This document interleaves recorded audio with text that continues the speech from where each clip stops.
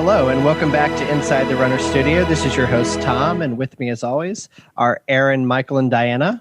Hello. Hello. Hello. This is our mini-series where we get to know folks from our running community, and we are happy to welcome Vanessa. Hi, Vanessa. Hi. So, Vanessa, this is our, the format. This is going to be rapid fire. We're going to ask you some questions running related, some questions that are not running related, and just get to know you a little bit. But before we jump in, can you tell us kind of who you are and where you're from? Well, my name is Vanessa, and I'm from Southern California, but I'm living in South Jersey. That seems like a mistake, by the way. Living in about 2012, like beginning of 2012. Michael just said that living in South Jersey is a mistake. I just meant coming from California to South Jersey. Like what? Why? Who? What? I grew up here. I will agree with that. Definitely. I mean, like I lived in the mountains, so it was cold there, but the frigid cold temperatures here, like the humidity plus cold, I don't know. I struggle a lot during winter time. Yeah, we dream about retiring west. And you came east, and we're not sure we understand this. No, I don't either. I question myself almost every day about that. Vanessa, in case you guys don't know and haven't heard her name like 8,000 times on our podcast, is the owner and operator of Beast Pacing, Batona Trail Race series that Michael and I talk about almost every single episode. So we're very excited to have you on finally, Vanessa. Thanks for having me, guys. I'm excited too. Yeah, and you also have the best medallions. I signed up for the Feel the Burn 5K, and that I absolutely love. And you're actually helping us out by making the medallions for our virtually live race that we're putting on. And they look so good. Yeah, they're so awesome. So thank you. We heard your Feel the Burn race like blew up, like way bigger than you thought it would. It did. It like blew up overnight. Like actually it blew up while John and I were out on a run. I put it out there. I was like, maybe like, I'll get a few registrants. And then all of a sudden, like we came back to the car and he's like, my phone is blowing up right now. I'm like, oh crap. You ended up with like over 700 people on that, right? Like, what? It was like, yeah, I think it's like mid 700s. I don't know. It closes tonight actually at 11:59. That's funny. So it's still going on. That's crazy. Yeah. Oh my god. That is insane. Oh my goodness. Well, we'll hear more about kind of what you do, I think, kind of at the end of the episode. So let's jump into our questions. And I get the honor of asking the first one, which is, what is your weirdest running habit or quirk that you might have? Well, I don't know if I have any like habits or quirks, but I almost always am wearing a baseball hat. I mean, I know that's like pretty common for people, but like I like to cover up my gray hair, so I'm almost always wearing a baseball hat. I don't know really about like quirks. I don't have any like superstitions or wear the same socks or anything like that. I think that's the best I can answer that question. No, that's good. That's good. All right. What is one goal that drives you most to run? I would just say like the goal to like see as much as I can. Like I am not typically running in the same place all the time. Like I like to like change it up. I visit different parks or trails. I certainly don't plan my routes. I just kind of like go wherever. And I think like doing that like keeps things fresh. So just like the goal to see as much as I can, because our lives are short and I just want to see everything basically. Yeah. And being able to do it on your feet there's something extra magical about that. Yeah, definitely. I mean, like in a car, we're moving so fast. I'm not typically like a road runner, but you guys know I've done like some longer road stuff and people are like, why? But it's like, you really like take it all in when you're moving, because you can't move fast and just miss everything. You see everything that's going on, Yeah, that's awesome. Well, because you did the Tennessee 500K last year? Yeah, Vol State. The Vol State. I am signed up for Vol State and HOTS this year. I'm probably going to die, but I don't know. We'll see. They're both like 300 plus miles. So I just think it's funny that you posted your journey of doing Vol State last year with blisters in places that you've never thought about blisters being. And then you're like, let's do it again. I know. It's weird. You forget. I think, that journey was pretty epic though. So yeah. So do you prefer group or solo runs? I feel like I'm more of a solo runner. But I think a lot of that has to do with the times when I go running. I like running with other people too, but I just think that most of the time I end up by myself, just logistically, and the fact that I don't like to plan too far ahead. Yeah, and it also kind of depends on when and what else is going on, because you can be both, right? Yeah. What is the biggest mistake you've ever made in a race? Oh gosh, which race? I think I make a mistake in every race. Gosh, I've run so many races. I don't know. Probably not fueling properly as to what I know bothers me. I had a period of time where I was having an acid issue. So anything that was citrus or fruit would really upset my stomach. But then I wanted that kind of thing. So so you'd eat it anyway. I would say eating that type of food when I know it's going to be bad later. I've since gotten over that. So, but I would say that is probably the biggest mistake. And I made that in several races, not just one. So we don't learn from our mistakes. No, not always. Oh, there's oranges. That sounds really good. I know I'm going to pay for it later. Oh God.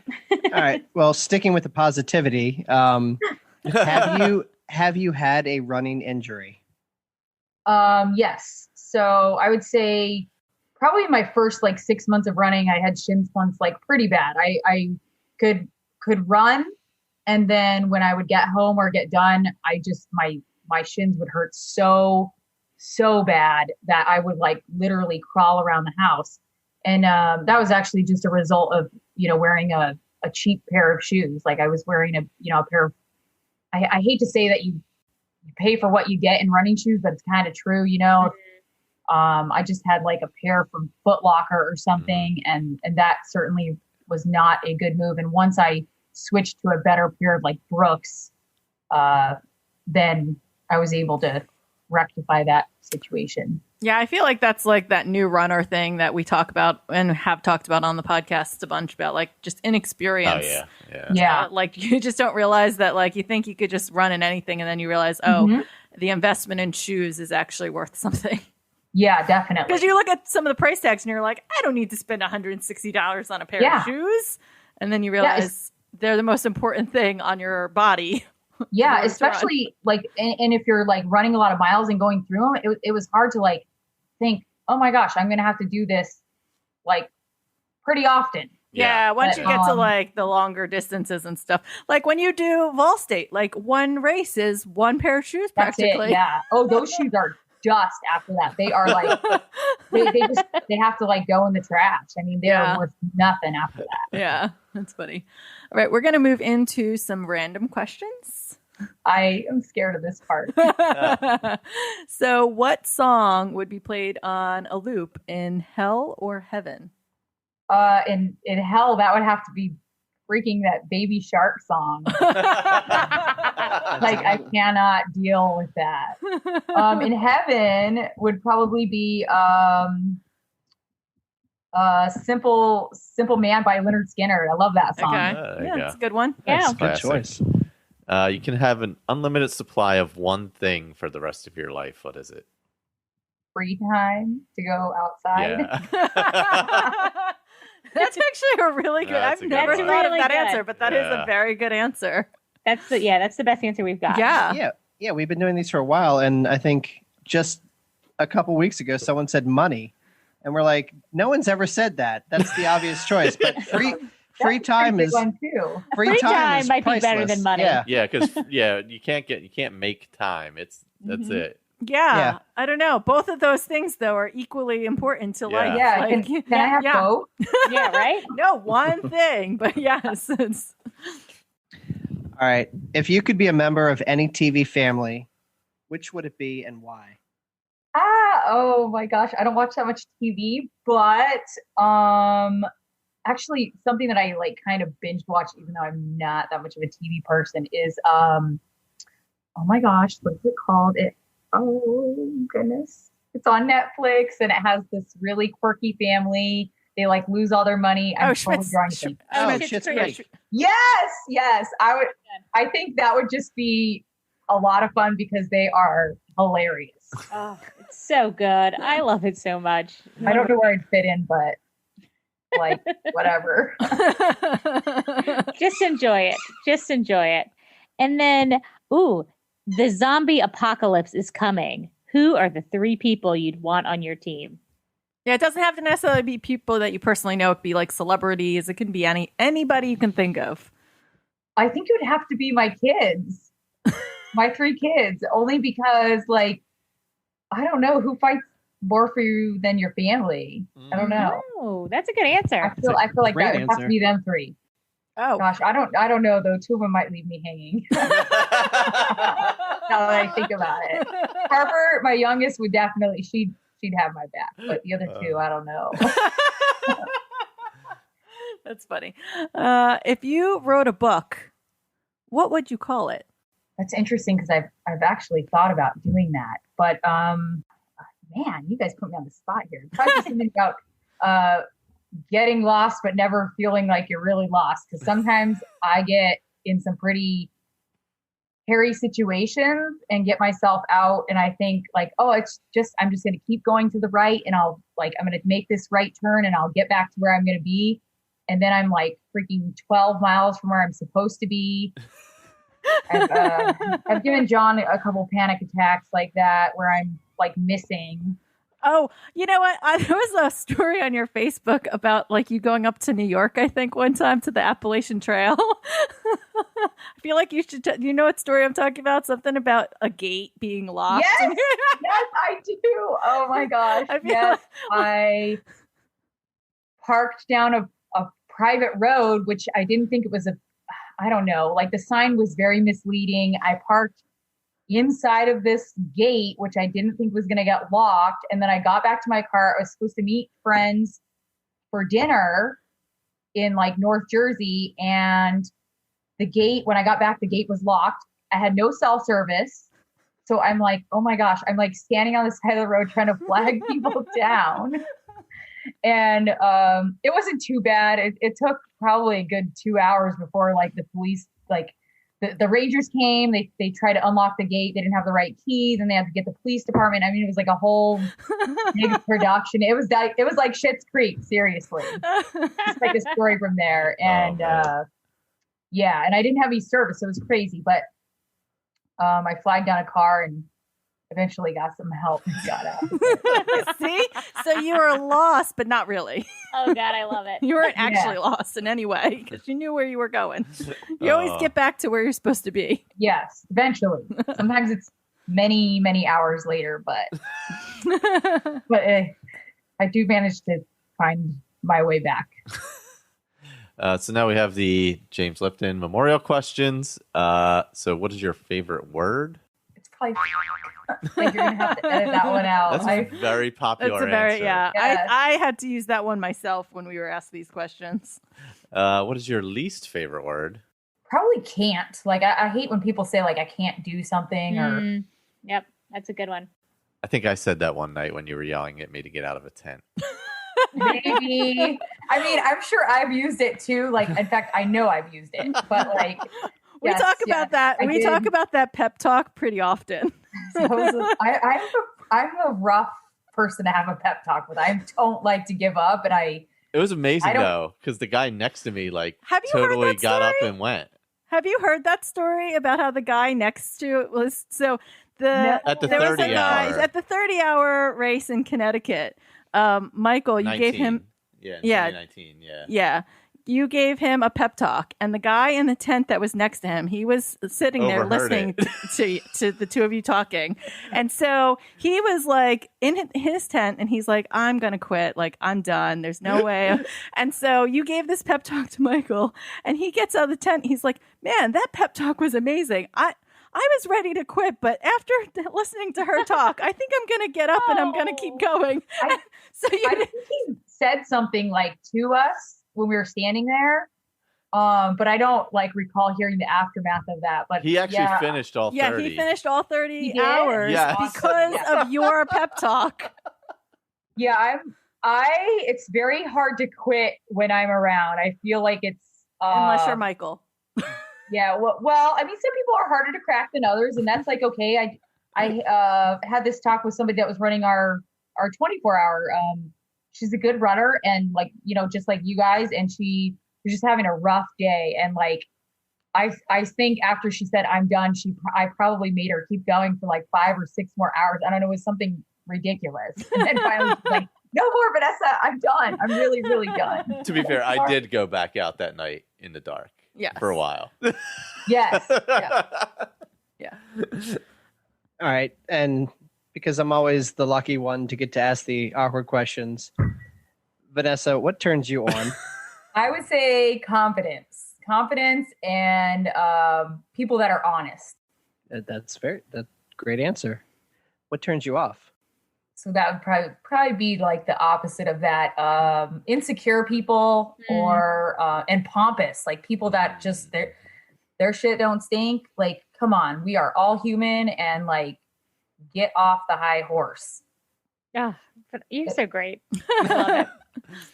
All right, what sound or noise do you love? Oh my gosh, that's hard. Probably like when my kids tell me they love me. Yeah. Oh, that's a really good one. And what sound or noise do you hate? Constant like tapping or like the same repetitive like noise over, which my kids will do too. And I know that you said you love this word already, so I don't know if it's your favorite of all of the curse words, but what's your favorite curse word? It's that one. Okay. I just feel like it's so like you can use it in a lot of situations. Yeah. I say that all the time. It's versatile. God. Yeah. Well, we live in. Or I like, other one I like too is and I guess it's definitely a curse word. I like to use the word ass hat. Like if somebody's being a jerk. Yeah. It's a good Don't one. be an ass hat. That's a good one. What profession other than your own would you like to attempt? Probably something that's like a little more on the like creative side. I mean, I think like putting together courses is you got to be kind of creative. But I think like something like photography or something like in that realm, although I'd probably be terrible at it, but that would be fun, I think. And what profession would you not like to do?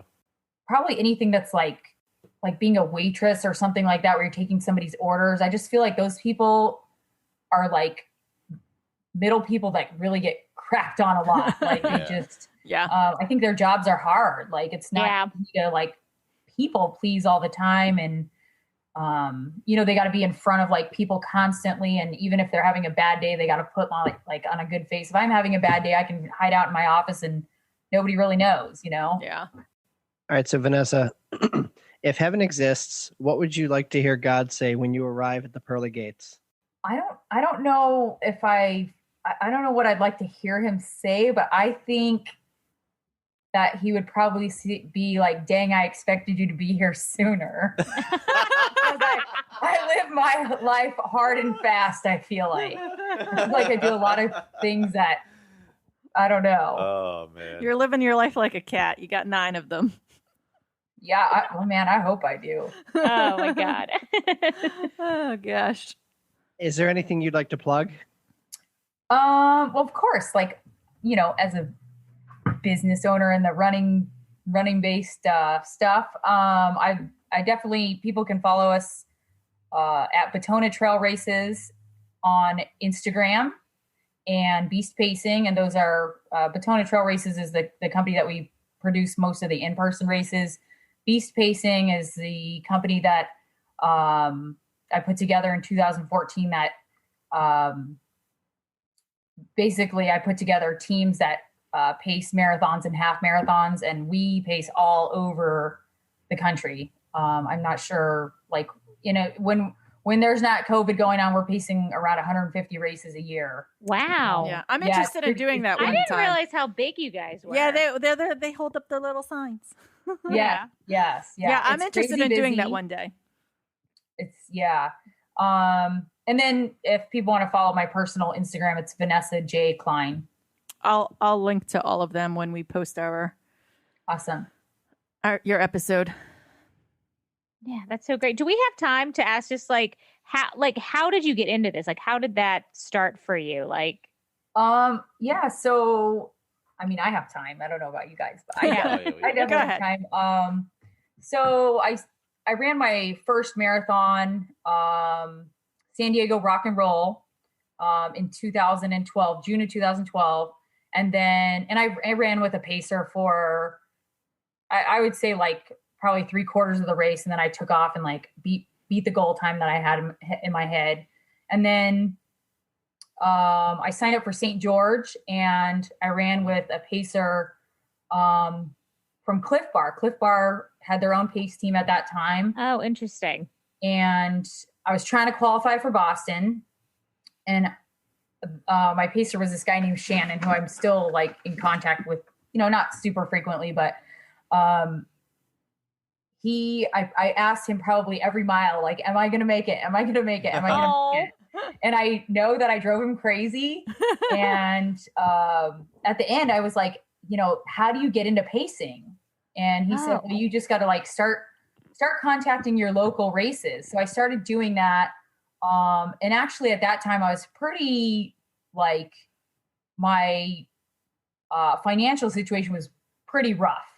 I mean, like, I didn't even have a car. Like, it was not a good situation. I just wasn't doing well in that department. And so I started pacing races because that was a way that I could participate and still, like, be involved in the races, but like not have to pay for them because the pacers get a complimentary entry. Oh, that's so great. Then I started, I had a couple of races reach out to me and ask me if I could put together a full team, like after I paced as a single pacer for those races. And I started doing that. And then it started growing pretty rapidly. And at that point I had to turn it into a business, because I was like working my regular full-time job. And then I was like working at home too in the evening, and it just was like taking up a lot of time. So I pretty much went full in the fall of 2014. I quit my job, and I just was like, hey, I got to make it work if I'm going to survive. So that's. Yeah. Was this ever like something that you dreamed of doing, or was it just something that you kind of fell on you? No, it kind of fell on me because like I was just trying to pace those races just so I could be involved, at first. Yeah. And then once the race directors that I was pacing those races for were like, hey, can you set up a whole team? Do you think you could set up a whole team? I was like, yeah, I think I know enough people by now to like set these teams up. So that's kind of how that worked. And then, like I said, I had to transition it because it was taking up way too much time. Yeah. Like, I mean, certainly like in the last couple of years, as like I've been really busy, I'm definitely working more than 40 hours a week. Now, a lot of people see me out going here or there during the day, this or that. But like what people don't see is like the hours that I am working, maybe. Oh, I'm sure. Or, so hand painting. It's definitely been a lot of work. And the same thing with like race directing too, is like, that was something I wanted to get into. I just wasn't sure like the avenue, and I was afraid to like take that leap. And then an opportunity presented itself with Batona.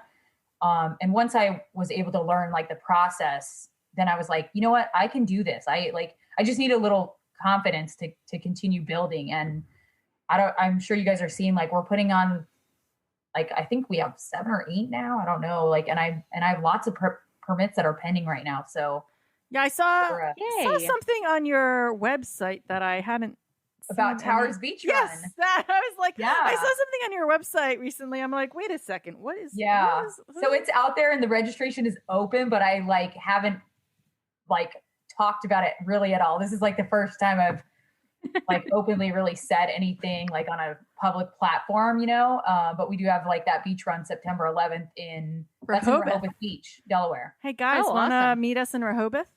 We could. How far is it? 15K, Is it 5K, 10K, or 15K? Yeah. Oh, that's fine. Oh, I yeah. just I thought you were going to be like That's in our 50 wheelhouse. miles. Like, Yeah, no, I just that's in our wheelhouse. Yeah. Well, you know what? Our goal has been, like John and I talked about, being a really like diverse company. So we want to create long and short races, and we're so excited. that everybody can get involved. And we Love like to that. see people. I'm sorry. we're excited for the half marathon because Yeah, Bigwood. yeah. We like to see people, step up in the distance and really like get outside their comfort zone. And that was kind of actually the creation, the reason behind Hainsport. Yeah. So I mean, you do everything from a 5K to a 100-miler. That's an incredible variation of distance right there. Yeah. So I saw that. I wasn't sure the date at the time I saw it on your website, but I am on Ultra Sign Up. Yeah, So, September 11th. Guys, we have almost an exclusive here. Woo, woo. Yay. 15K. Diana, can you commit to a 15K? It's Oh, yeah. 9.3 miles. We can do that, now, right?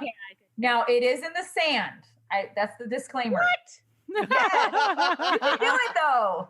You can do it. Are you crazy? Like, No. She has no Listen, ACL you though. can do this. This is God. like that is true. I don't have an Acl. I don't know. gonna If that's a get hindrance. pep talk here. Who needs an ACL? I mean, needs I one? don't because it's not there.